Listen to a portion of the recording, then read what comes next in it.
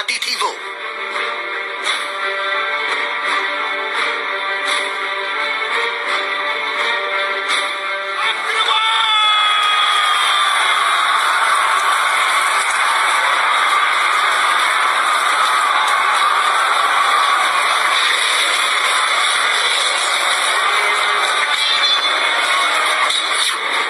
सोमनाथ के लुटेरे को महारानी ने खदेड़ दिया।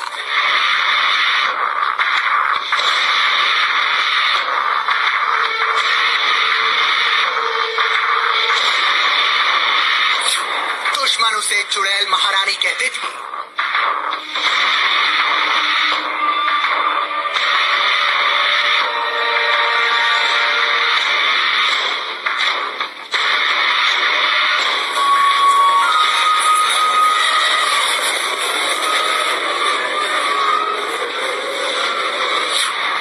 तेज दिमाग से बाजी पलट देती थी महारानी।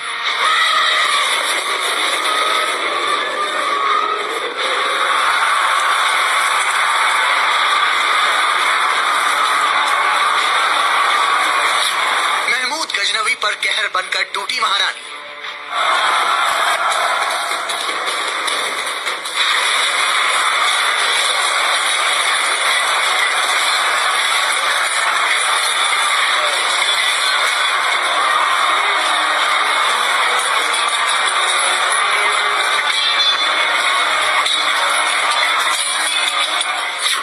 गजनवी को दो बार युद्ध के मैदान से खदेड़ा।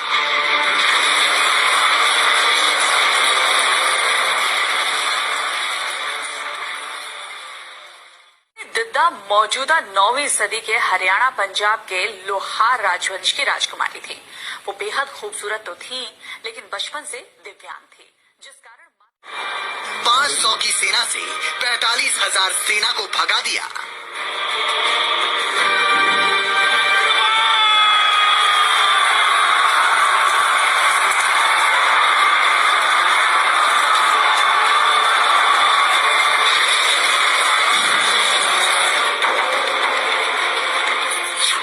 दुनिया को कमांडो दस्ता देने वाली महारानी।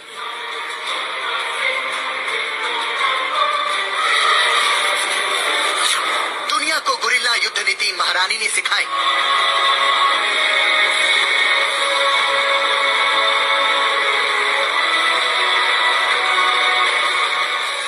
इस महारानी का ताल्लुक कश्मीर से है।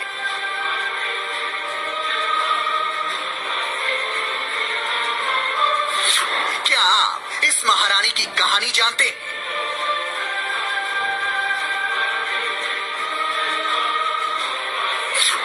सौ साल पहले हुई उस महारानी की वीर गाथा आप जानते हैं? आज पूरी दुनिया में कश्मीर की चर्चा है, लेकिन आज हम कश्मीर की बात तो करेंगे, लेकिन वहां के इतिहास की एक ऐसी महारानी से आपकी मुलाकात करवाएंगे जिसकी वीरता के किस्से इतिहास के पन्नों से बाहर नहीं निकले। इतिहास ने इस महारानी को वो स्थान नहीं दिया जो उन्हें मिलना चाहिए था। आज से करीब 1000 से पहले इस महारानी को इतिहास दिद्दा के नाम से जानता है।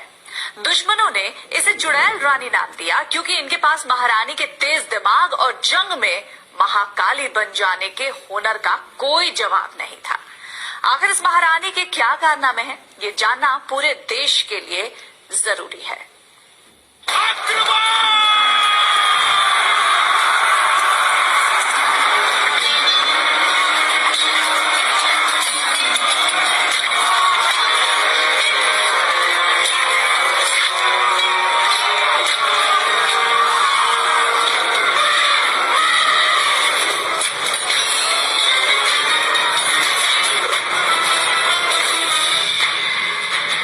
सिर्फ चंद काल्पनिक तस्वीरों के अलावा कश्मीर के लोहार राजवंश की महारानी की मौजूदगी का इतिहास बयां करने वाला ये सिक्का मौजूद है।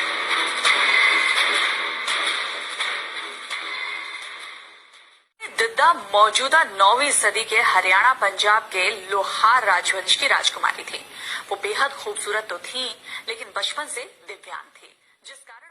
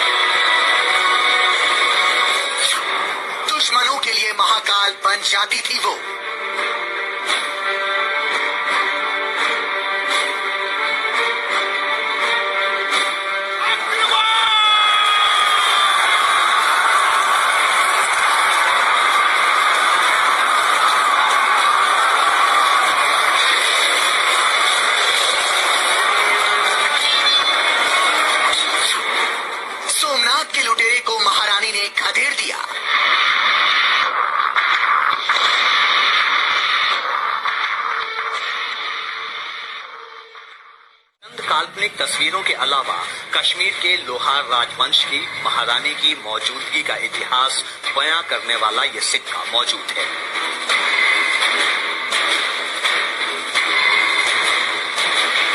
इस सिक्के पर 10वीं सदी में कश्मीर की महारानी दिद्दा के प्रताप का जिक्र है। धीरे धीरे पूरी सत्ता पर दिद्दा की पकड़ हो गई। उन्होंने अपनी पकड़ मजबूत करने के लिए रिश्वत का भी सहारा लिया, विरोधियों को जेल में डाला और लोगों को मौत के घाट उतारे। दिद्दा ने श्री दिद्दा नाम से अपना सिक्का चलवाया। दिद्दा ने कश्मीर पर 45 बरस तक राज किया। 1003 ईस्वी में दिद्दा की 79 साल में मौत हो गई। कहते हैं कि दिद्दा को पुंछ के एक चरवाहे से प्यार हो गया। इस चरवाहे का नाम तुंगा था।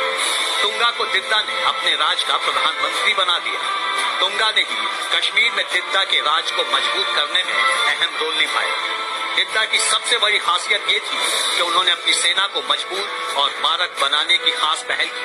क्योंकि कश्मीर की आबादी कम थी, लिहाजा सेना में लोगों की संख्या कम थी। इसलिए कम सैनिकों के बावजूद भारी भरकम सेना से कैसे लड़ा जाए, इसके लिए दिद्दा ने खास सेना तैयार की। ये सेना खास रणनीति में माहिर थी।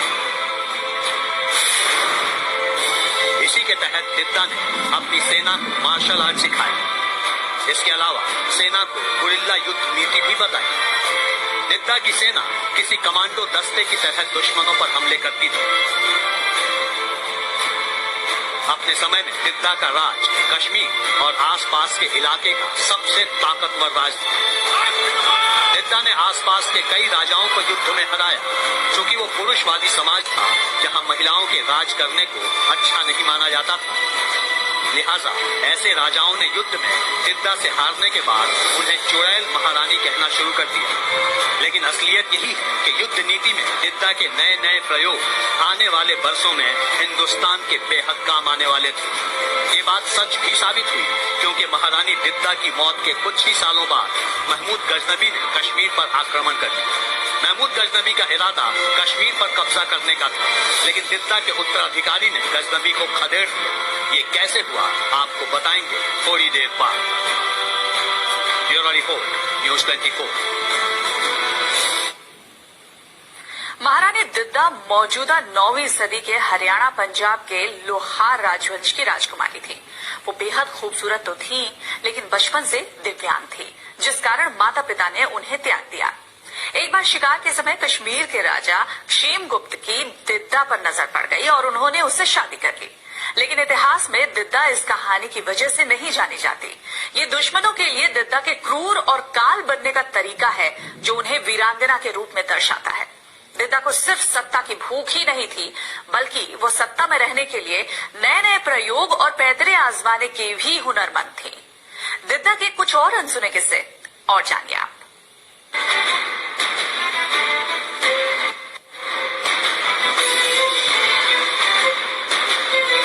हिंदुस्तान के इतिहास में दिद्दा का नाम उन गिनी चुनी महिलाओं में शुमार है जो अपनी काबिलियत से महारानी बनी। दिद्दा उन महारानियों में शामिल हैं जिनके बारे में इतिहास के पन्नों में धुंधली तस्वीर पेश की गई है।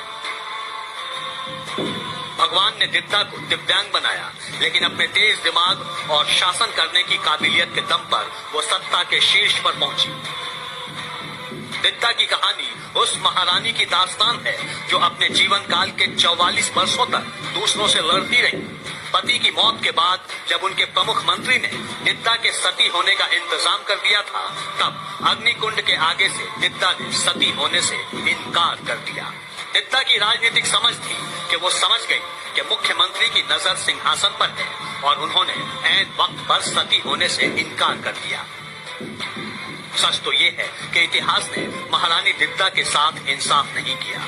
करीब 50 सालों तक कश्मीर पर शासन करने के बाद 1003 ईस्वी में कश्मीर की महारानी दिद्दा की मौत हो गई। लेकिन अपनी मौत से पहले दिद्दा ने अपनी सूझबूझ से अपने राजकाज को योग्य हाथों में सौंप दिया। कहानी कुछ इस तरह है कि दिद्दा के सामने अपना उत्तराधिकारी चुनने की चुनौती थी। उत्तराधिकारी चुनने के लिए दिद्दा ने अपने भांजों के बीच प्रतियोगिता करवाई। एक मैदान में सैकड़ों सेब फैला दिए गए और भांजों से कहा गया कि जो सबसे ज्यादा सेब चुनेगा वही बनेगा उत्तराधिकारी। अधिक सेब चुनने के चक्कर में सभी भांजे आपस में लड़ने लगे, लेकिन सबकी लड़ाई का फायदा उठाकर भांजे समग्र राज ने सबसे अधिक सेब चुन लिए। दित्ता ने अपना उत्तराधिकारी समग्र राज को नियुक्त कर दिया।